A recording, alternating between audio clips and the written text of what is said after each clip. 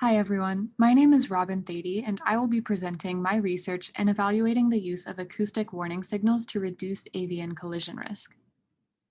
Collisions with human-made structures, such as skyscrapers, buildings with windows, and airplanes, kill billions of birds every year.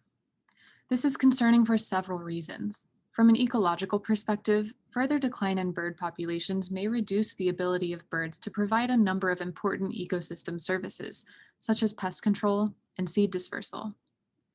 Additionally, collisions are very expensive and could pose dangers to humans.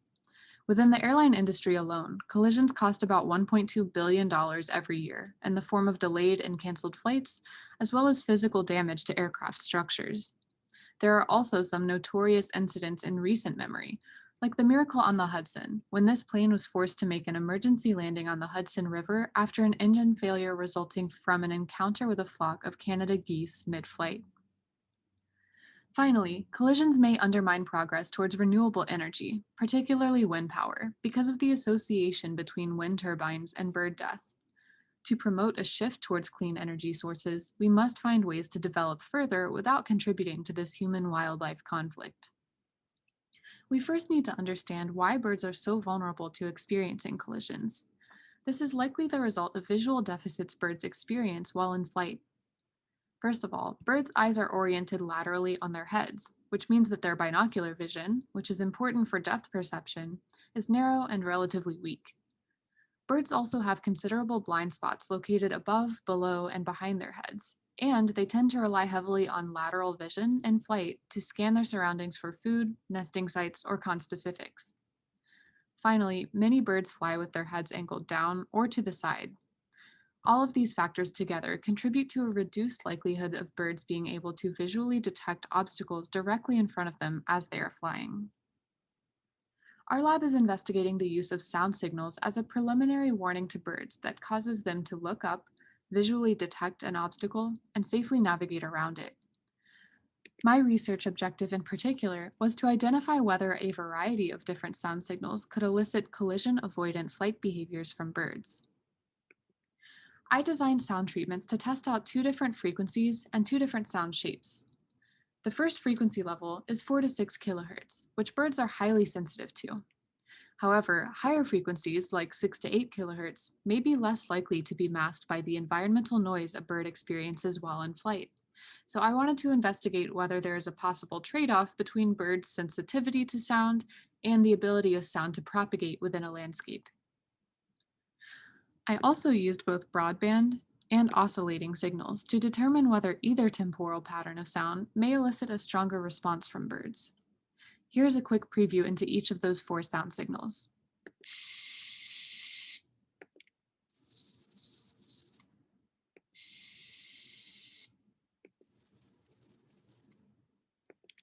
My study subjects consisted of 19 zebra finches.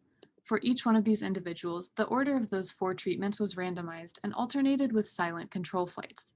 That means that each subject experienced a total of 8 repeated measures, beginning with a silent control and alternating all the way through the 4 treatments. I exposed birds to these sounds within a flight corridor. I released birds within a dark tunnel that led into an open, outdoor flight space. In this area, I hung a tarp from ceiling to floor to simulate an obstacle in the bird's flight path. Directly in front of this tarp, I placed a speaker, and in sound treatment flights, the speaker emitted a narrow beam of sound that the birds encountered as soon as they emerged from the release tunnel.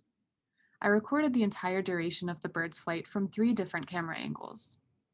From these recordings, I was able to analyze the bird's flights and extract a variety of metrics. I did this by tracking the bird's flight frame by frame from all 3 camera perspectives in a program called Argus. Argus was then able to overlap these tracks to reconstruct a 3-dimensional path of the bird's flight through space. From this reconstruction, I was able to calculate things like the bird's velocity, distance from the obstacle, and change in flight trajectory over time, all of which could indicate the relative risk of the bird experiencing a collision. For the sake of time, I will only be going over a small subset of my results, but please feel free to get in touch if you are interested in hearing more of these findings. Comparing sound treatments in general versus control flights, I found that using any type of sound signal caused birds to maintain a greater minimum distance from the obstacle than they did when no sounds were played.